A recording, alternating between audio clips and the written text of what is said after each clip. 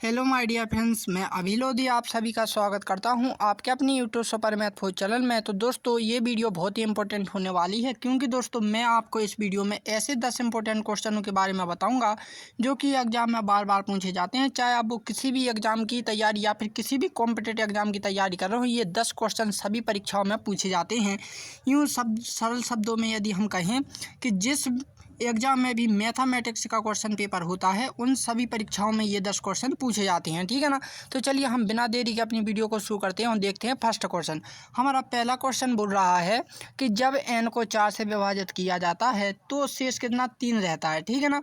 जब 2n को किससे 4 से विभाजित किया जाता है तो उसमें क्या होगा। अब देखो दोस्तों, यहाँ पर क्वेश्चन को समझने का प्रयास कीजिएगा कि क्वेश्चन क्या बोल रहा है और हमें क्या करना है। दरअसल वो ये बोल रहा है कि जो n है, ठीक है ना, क्या है जो n है, ठीक है ना, n है। n में जब हम किससे 4 से विभाजित यानी 4 से जब भाग दे रहे हैं दोस्तों, तो शेषफल कितना मिल रहा है हमें 3 मिल रहा है। अब जरा दोस्तों आप स्वयं सोचिए कि n के स्थान पर हम किस संख्या को रख दें कि जब 4 से भाग दें तो हमें शेषफल कितना मिलना चाहिए 3। तो आप कहोगे सर यदि हम 7 को रख दें तो हमें 3 मिलेगा, ठीक है ना। इसी प्रकार हम 11 को रख दें या फिर हम 16 को रख दें तो इस प्रकार से हमें क्या 3 मिलेगा, ठीक है ना। तो हम किसी भी एक संख्या को रख लेते हैं, हम रख लेते हैं किसे 7 को, ठीक है ना। यानी कि n के स्थान पर हमने वो संख्या क्या मान ली दोस्तों 7 मान ली कि वो कौन सी है n बराबर 7 है, ठीक है ना। क्या है दोस्तों n बराबर 7 है। कितना शेषफल मिल रहा है हमें 3 मिल रहा है, ठीक ना। जब 2n को यानी कि दोस्तों जब हम 2 और n को किससे विभाजित करना है दोस्तों 4 से विभाजित करना है तो इसका शेष क्या होगा ये हमको बताना है, ठीक ना। तो देखो दोस्तों हमने n के स्थान पर यहाँ पर क्या रखा 7 रखा, तो हम यहाँ पर भी 7 रखेंगे, ठीक ना। तो 7 × 7 कितना हो जाएगा 14 हो जाएगा, ठीक है ना। 7 × 2 हो जाएगा तो 14 हो जाएगा और 4 से जब भाग देंगे तो दोस्तों शेषफल कितना बचेगा 2 बचेगा। तो 2 इसका राइट आंसर हो जाएगा। तो ऑप्शन नंबर 3 इसका राइट आंसर हो जाएगा। देखो दोस्तों इस टाइप के क्वेश्चन प्रत्येक एग्जाम में एक ना एक क्वेश्चन पूछेगा, इसलिए दोस्तों आपको पहले से ही तैयारी रहना चाहिए इस क्वेश्चन के बारे में, ठीक है ना। तो देखो दोस्तों अब हम करते हैं अगला क्वेश्चन। अगला क्वेश्चन क्या है, बहुत ही खूबसूरत और बहुत ही अच्छा है, ठीक है ना। यहाँ पर बोला है कि 2 अंकों की एक संख्या के अंकों का योग कितना है 12 है, ठीक है ना। अब देखो ध्यान से देखना, यहाँ पर क्या बोला 12 है, ठीक है ना। यदि अंकों के स्थान आपस में परिवर्तन कर दिए जाएं तो प्राप्त संख्या मूल संख्या से 18 जाना हो जाती है।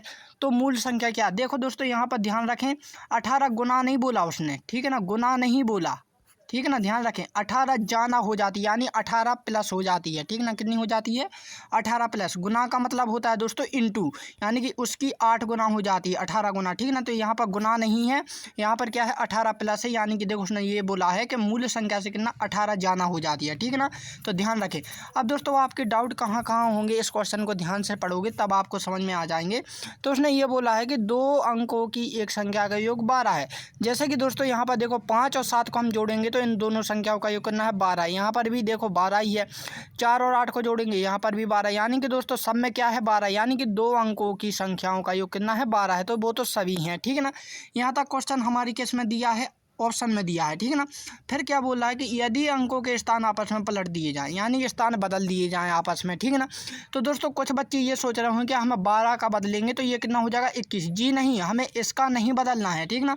यानी हमें 12 नहीं बदलने हैं दोस्तों, हमें क्या बदलना है ये बदलना है। जैसे 5 7 है तो ये कितना हो जाएगा 7 5 हो जाएगा।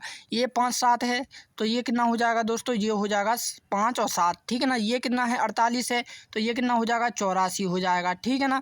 ये कितना है 93 तो ये कितना हो जाएगा 36 हो जाएगा, ठीक है ना। इतना समझ गए, ठीक है ना। तो वो बोल रहा है कि आपस में परिवर्तन किए जाए तो प्राप्त संख्या क्या है दोस्तों ये वाली है, ठीक है ना।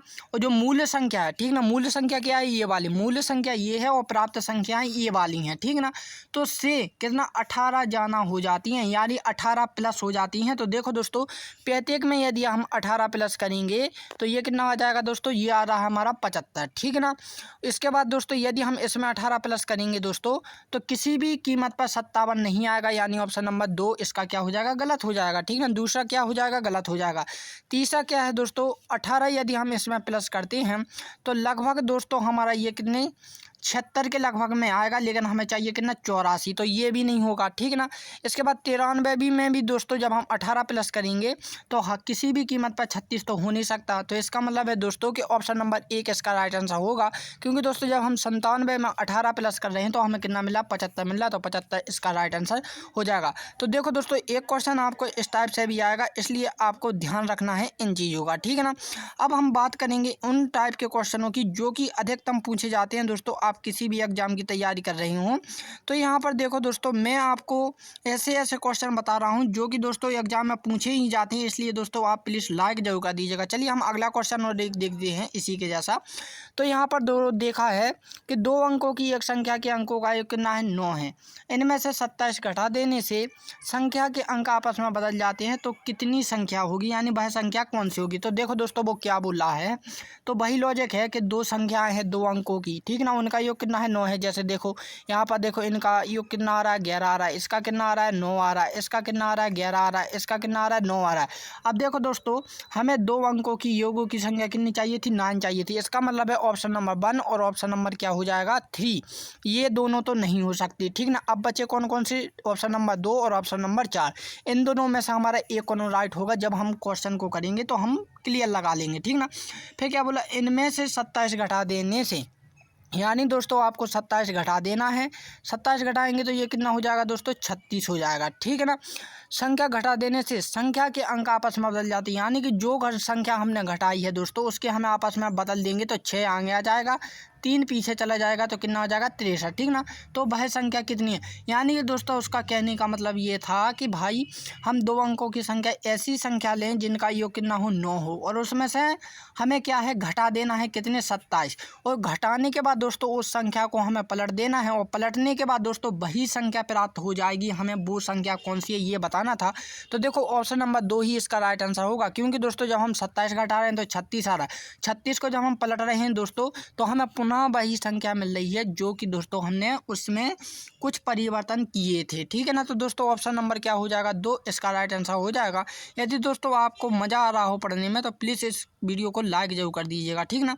अब यदि हम बात करें दोस्तों उन संख्याओं की, ठीक है ना, यानी उन क्वेश्चनों की जो कि अधिकतम पूछे जाते हैं एग्जामों में, ठीक ना। तो ये वाला क्वेश्चन है इंपॉर्टेंट है, वेरी इंपॉर्टेंट। यहाँ पर क्या पूछा है, जब एक पूर्णांक के को 3 से विभाजित किया जाता है तो शेषफल कितना रहता है 1 रहता है, ठीक ना। और जब k+1 को 5 से विभाजित किया जाता है तो शेषफल 0 प्राप्त होता है। तो निम्न में से k का संबंध यानी मान क्या होगा। तो इस क्वेश्चन को आप कमेंट करके बताओगे। तो दोस्तों अब मिलते हैं हम अपनी अगली वीडियो में, तब के लिए जय हिंद एंड जय भारत।